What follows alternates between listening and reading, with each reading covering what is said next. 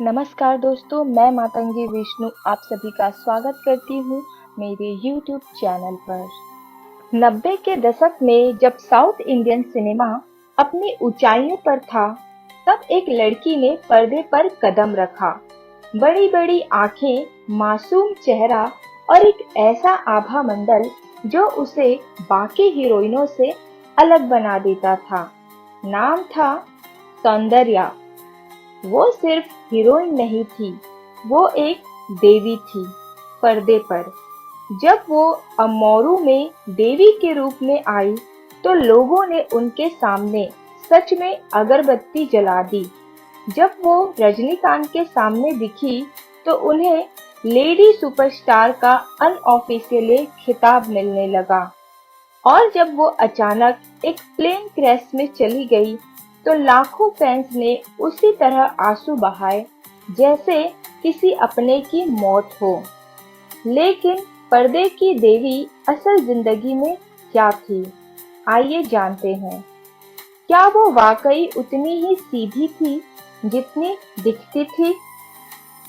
क्या उनके नाम जुड़े थे कई बड़ी हीरो के साथ, जैसे वेंकटेश, चिरंजीवी, बालकृष्ण या फिर अन्य? क्यों फिल्म इंडस्ट्री की कुछ बड़ी हीरोइनें उनसे जलती थी? क्या उनकी शादी उतनी ही परफेक्ट थी जितनी मीडिया ने दिखाई?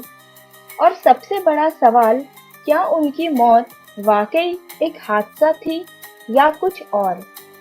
सौंदर्या की कहानी सिर्फ एक हीरोइन की कहानी नहीं है, ये एक ऐसे सितारे की दास्तान है जिसने नाम, शोहरत, विवाद, प्यार, दर्द और अंत में एक रहस्यमय अंत देखा। चमकते परिवार से आई चमकदार लड़की। सौंदर्या का असली नाम था सौम्या सत्यनारायण। वो एक मध्यम वर्गीय ब्राह्मण परिवार में पैदा हुई थी। 18 जुलाई 1972 को कर्नाटक के कलबुर्गी में उनका जन्म हुआ।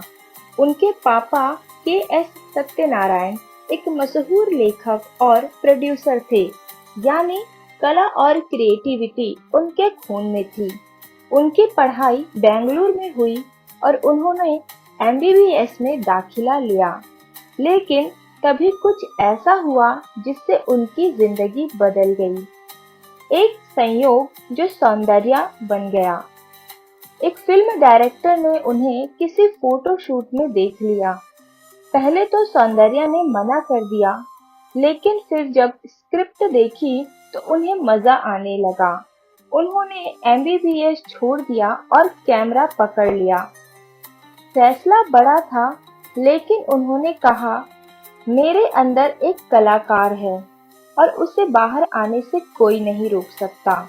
सौंदर्या की पहली फिल्म थी मनावरली पेल्ली, 1993 में रिलीज हुई। एक तेलुगु फिल्म जिसमें वो स्क्रीन पर पहली बार नजर आई। चेहरे पर मासूमियत, आवाज में आत्मविश्वास और चाल में गरिमा।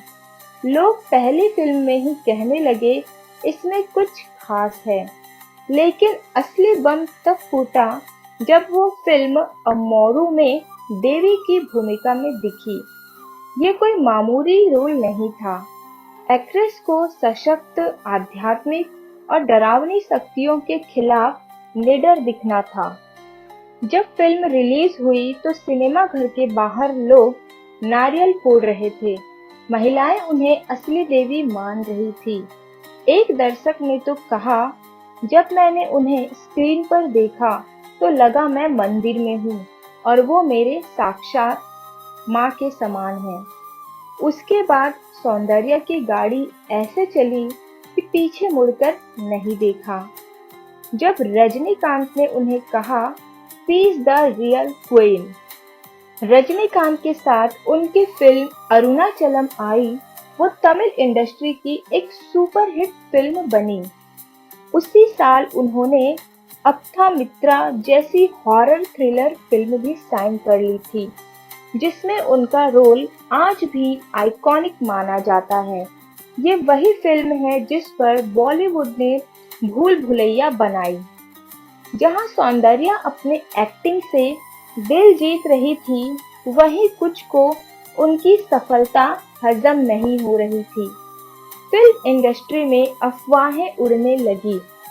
एक मशहूर हीरोइन, जिनका नाम न लेना बेहतर होगा, ने कहा था, वो सिर्फ देवी वाले रोल में अच्छी लगती है, ग्लैमर नहीं है उसमें। एक बार रंभा और सौंदर्या को एक ही फिल्म में कास्ट किया गया। कहा जाता है सौंदर्या ने स्क्रीन टाइम को लेकर डायरेक्टर से लड़ाई कर ली थी। रामना कृष्णन, जो उस दौर की ग्लैमरस एक्टर थी, सौंदर्या की सादगी वाली सफलता से चिढ़ती थी। चिरंजीवी के साथ सौंदर्या की जोड़ी कई फिल्मों में हिट रही, खासकर रिक्शा गोरू और अनैया। रियल अफेयर की अफवाहें उड़ने लगी थी। सेट पर दोनों की बातचीत, एक दूसरे की तारीफें और साथ में घूमते स्पॉट किए जाने की बातें मीडिया में तैरने लगी। एक इंटरव्यू में जब सौंदर्या से पूछा गया कि क्या चिरंजीवी आपके दिल के करीब हैं, तो उन्होंने मुस्कुराकर जवाब दिया, मैं उनके बहुत करीब हूँ बतौर को स्टार। लेकिन उनकी आंखें कुछ और ही कह रही थी। सौंदर्या को हर कोई चाहता था, डायरेक्टर्स, हीरो, फैंस और शायद कुछ ऐसे लोग भी जो खुलकर कुछ नहीं कह पाए। लेकिन उन्होंने कभी भी अपने प्रेम जीवन को मीडिया की सुर्खियां बनने नहीं दिया। माना जाता है कि सौंदर्या एक समय वेंकटेश की बहुत बड़ी फैन थी। जब उन्हें उनके साथ काम करने का मौका मिला तो वो इतनी नर्वस थी कि पहले दिन टेक पर टेक देती रही। सेट पर उनकी और वेंकटेश की बॉन्डिंग को लेकर काफी गॉसिप हुई, लेकिन किसी ने कभी खुले तौर पर कुछ नहीं कहा। सौंदर्या और बालकृष्ण की जोड़ी ने कई फिल्में की और हमेशा उनकी ऑफ स्क्रीन केमिस्ट्री को लेकर भी बातें होती रही। सौंदर्या ने जब 32 की उम्र में शादी करने का ऐलान किया तो मीडिया चौंक गई। उस समय वो अपने करियर के टॉप पर थी और अचानक उन्होंने कहा, अब समय है कि मैं जीवन का अगला अध्याय शुरू करूं। उन्होंने जीएस रघु से शादी की, एक साफ सुथरे फैमिली बैकग्राउंड के बिजनेसमैन से। कहा जाता है कि वो लव मैरिज नहीं थी बल्कि अरेंज थी, लेकिन इसमें भी कुछ ट्विस्ट था। कुछ रिपोर्ट्स के अनुसार शादी के बाद सौंदर्या बहुत लो प्रोफाइल हो गई थी। उन्होंने कई ऑफर्स रिजेक्ट कर दिए। उनके करीबी लोगों का कहना था, सौंदर्या खुश तो थी लेकिन फिर भी वो अधूरी लगती थी। 2004 में सौंदर्या ने भारतीय जनता पार्टी और तेलुगु देशम पार्टी के साथ जुड़कर राजनीति में एंट्री ली। उन्होंने प्रचार में हिस्सा लिया और भीड़ को आकर्षित करने के लिए उनका चेहरा इस्तेमाल किया गया। आखिर वो राजनीति में क्यों आई? कई लोग कहते हैं कि उन्हें राज्यसभा की सीट का वादा किया गया था। कुछ कहते हैं ये फिल्म इंडस्ट्री की राजनीति से बचने का तरीका था और कुछ तो ये भी बोले कि उनके पति का फैसला था तो सौंदर्या बस मान गई। विवाद, जलन और इंडस्ट्री की साजिशें। हर स्टार के साथ विवाद जुड़ते हैं, लेकिन सौंदर्या तो एक देवी इमेज वाली एक्ट्रेस थी, फिर उनके खिलाफ इतने जलन क्यों? एक बार एक मशहूर डायरेक्टर ने कहा, सौंदर्या अपने से छोटे रोल वाले कलाकारों को मौका नहीं देती। जवाब में सौंदर्या ने बस कहा, मैं काम के लिए नहीं, कला के लिए फिल्में करती हूँ। कुछ एक्ट्रेसेस ने उन पर इगोइस्टिक बिहेवियर का भी आरोप लगाया। उनके और एक बड़ी एक्ट्रेस के बीच अवार्ड फंक्शन में भिड़ंत हुई थी। बैक स्टेज सबने सुना था कि सौंदर्या ने कह दिया, मैं रेटिंग्स में नहीं, रोल्स से पहचान बनाती हूँ। एक देवी की रहस्यमयी मौत, हादसा या फिर कुछ और। 17 अप्रैल 2004, एक तारीख जिसने लाखों दिल तोड़ दिए। सौंदर्या, उनके भाई अमरनाथ और 2 लोग एक प्राइवेट चार्टर्ड विमान से बेंगलोर से कर्नूल, जो कि आंध्रा में है, वहां जा रहे थे। एक राजनीतिक रैली में हिस्सा लेने। टेक ऑफ के कुछ ही मिनटों बाद विमान में तकनीकी खराबी आई और वो बेंगलुरु के पास जक्कूर हवाई अड्डे से कुछ ही दूरी पर क्रैश हो गया। विमान में आग लग गई, चारों की मौके पर ही मौत हो गई। लोगों ने और मीडिया ने कई सवाल उठाए, इतनी बड़ी स्टार और ऐसा साधारण चार्टर विमान क्यों? फ्लाइट से पहले सुरक्षा जांच में ढिलाई क्यों?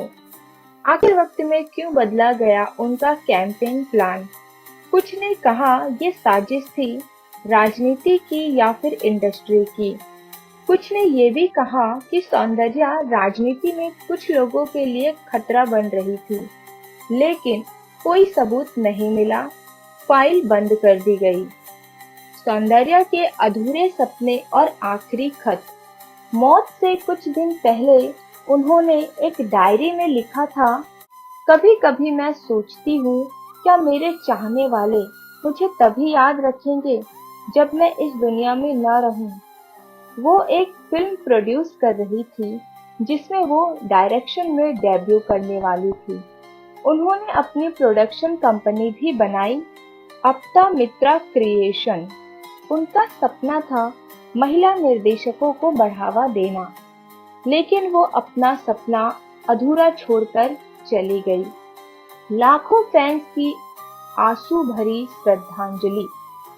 उनकी मौत के बाद बेंगलोर, हैदराबाद, चेन्नई, हर जगह लोग सड़कों पर उतर आए। उनके शव को जब अंतिम दर्शन के लिए रखा गया तो कुछ लोगों ने उनके चरण छुए, कई महिलाएं उन्हें देवी मानकर सिंदूर चढ़ा रही थी और सैकड़ों लोग बेहोश होकर गिर रहे थे। रजनीकांत, चिरंजीवी, कमल हसन, हर किसी की आंखों में आंसू थे। कुछ सितारे डूबते नहीं अमर हो जाते हैं। सौंदर्या की कहानी एक मध्यम वर्गीय लड़की से देवी बनने की, फिर प्यार और विवाद में घिरे जीवन और अंत में एक रहस्यमयी मौत तक जाती है। लेकिन उनकी पहचान सिर्फ एक एक्ट्रेस की नहीं थी, वो थी एक भावुक कलाकार, एक संवेदनशील स्त्री और एक आत्मनिर्भर सोच वाली नेता, और एक ऐसी याद जो कभी फीकी नहीं पड़ती।